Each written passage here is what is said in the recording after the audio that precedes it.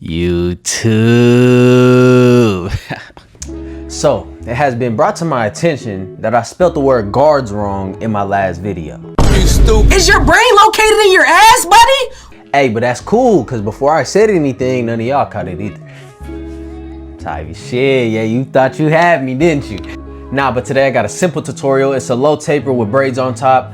I call it the Tyga because my boy kind of reminds me of Tyga. If you guys agree or disagree, you know, you think I'm handsome.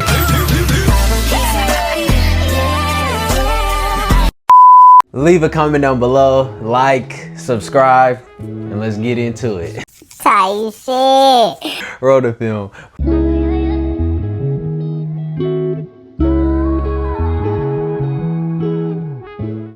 Alright YouTube, the first thing I'm doing is combing my client's hair down to get everything nice and smooth for the cut down. Then I'm going in with my 1/16 guard with the Andis Master to cut everything down. Now I'm using the Master because the 1/16 with the Andis guards is a little longer than the wall guards, but if you're using the wall or babyless guards, I would use the half guard halfway open and close it as you see fit.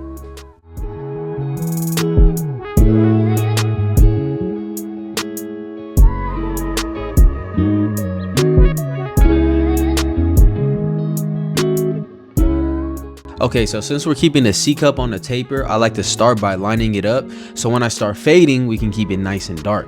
Now the basics of a C-cup are reference points. As you can see, I make the line at the sideburn area, then I make the line at the top of the box and connect the two in a C shape using the corner of my blade like a pencil. Making sure to keep everything nice and natural because this is just a guide to keep it dark. We're not worried about making too crispy of a line just yet.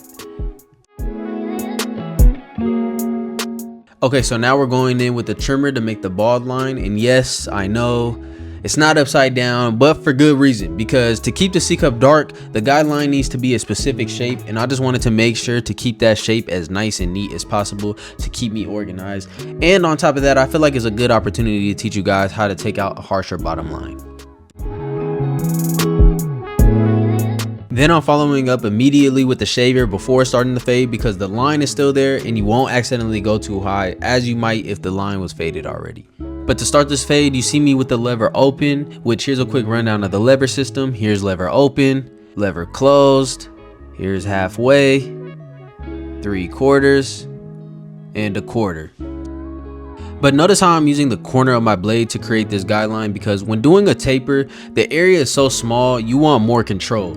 And you get that control by using a smaller section of the blade. But to start fading this line out, I'm using the lever halfway open, being very light-handed because you're lightening up this line. You're not trying to create another guideline. Then I'm going in with the lever closed a little bit lower in the guideline, and as I go lower in the guideline, I'm slightly increasing pressure on the blade to help fade everything out, still using the corner of my blade. Now I'm going to create my next guideline with the one guard closed, still using the corner of my blade, going over it until it's all nice and even.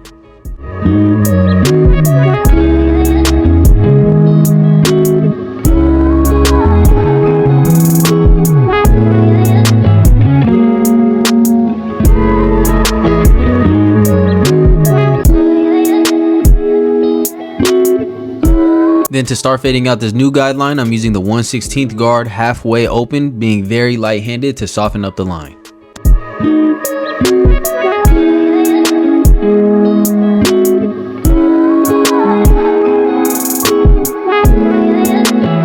Then closing the lever all the way with the same guard with a slight increase in pressure to finish out fading this line. Now I'm using my 1.5 guard, starting off with the lever open and working my way closed to soften up this last line. You can start to see a pattern where I'm creating a guideline with something, and as I go lower, I'm making the clipper and guard shorter. And that's basically what a fade is. It's a transition from short hair to long hair. So you basically are just stacking guards on top of each other. Now I got my one guard and I'm opening and closing the lever, trying to fade out any dark spots I see. I know it's hard to tell in tutorials what a dark spot is, but here's the type of things that I'm looking for. It's basically just any inconsistencies in the fade, and I take them out with the corner of my blade, starting longer and slowly working my way shorter.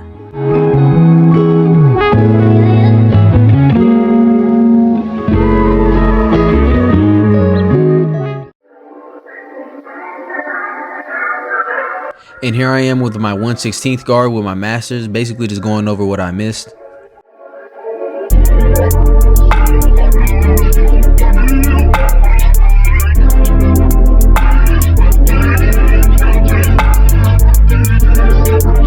And then I'm going in with no guard, opening the close, same thing, just taking out any dark spots I see. This is what you call detail work, my friend. That boy is good.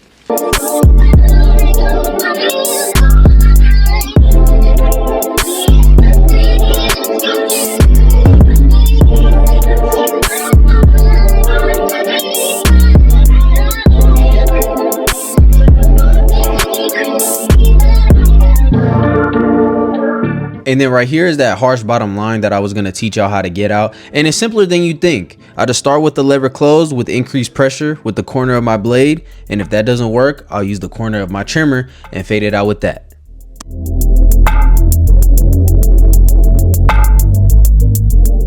And the back is literally the exact same steps. The only difference is you're doing it straight and not with that curved guideline that I made the first time. I know this guideline isn't very straight, but it doesn't really matter as long as everything else is consistent after that. But with that being said, I'm gonna just leave the text up. I'm not gonna say too much. I'm gonna let you guys follow as I go.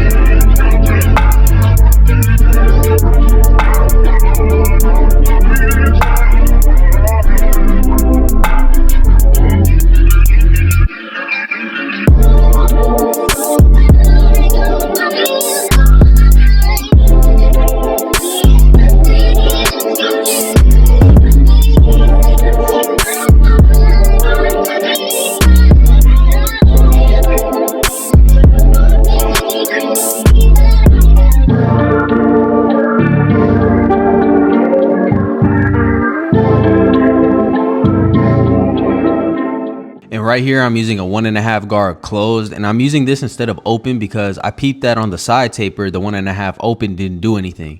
And that's the thing about the system. You start off with everything open to be safe and you close it as you go down.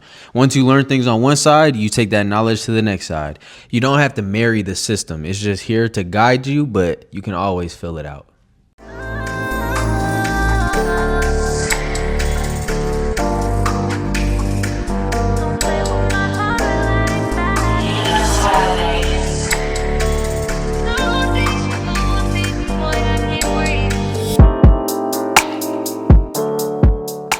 And as you can see, I'm using this 1 guard close pretty high up in the fade, but I'm doing so very light-handedly with a lot of finesse. And that's what you want to do when using small guards on higher lengths to detail. Cutting hair is really a feeling. Like, you got to have a certain type of swag with the way you cut, you know? Fill it out and do what you know you got to do with the utmost confidence.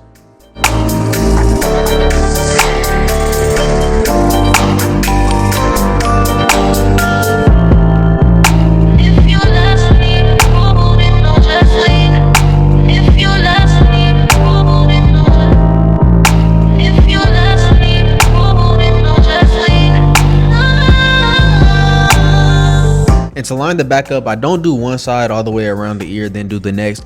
I do just the neck part to make sure it's symmetrical, then I focus around the ear.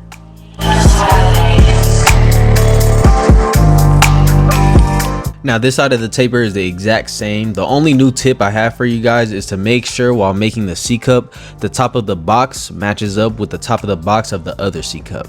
Other than that, I'm gonna just speed past this side of the taper.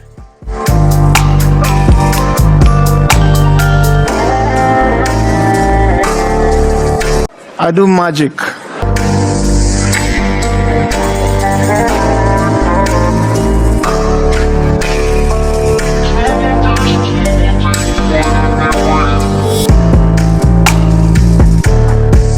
Now with the lineup, I'm cutting it down with the same thing I did with the side tapers, which is a 1/16 guard with my Andis Masters lever closed, but it never hurts to start longer and go from there. And then to clean the skin, I'm using lather and a hot towel. If you don't have this available, you could just use alcohol to clean it. Now I'm combing his hairline forward and hitting it with that cold holding spray. Glass. Shout out Sly Huncho. But then I'm gonna hit it with the hair dryer, then start off with the razor on the vertical bars, just cause it's so easy to push these back with the trimmers. Trust me, I've done that a few times, but you live and you learn. So, but once I'm done with that, I'm gonna come in with my trimmers using his nose as a center guideline. Then I'm gonna work my way to one side, then back to the other.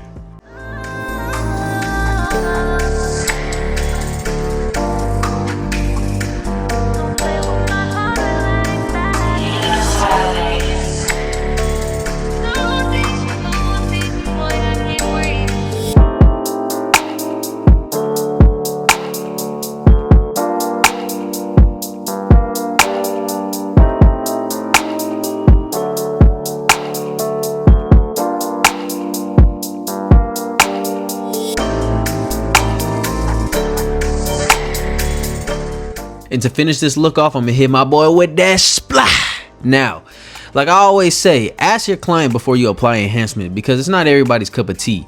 And don't apply too much.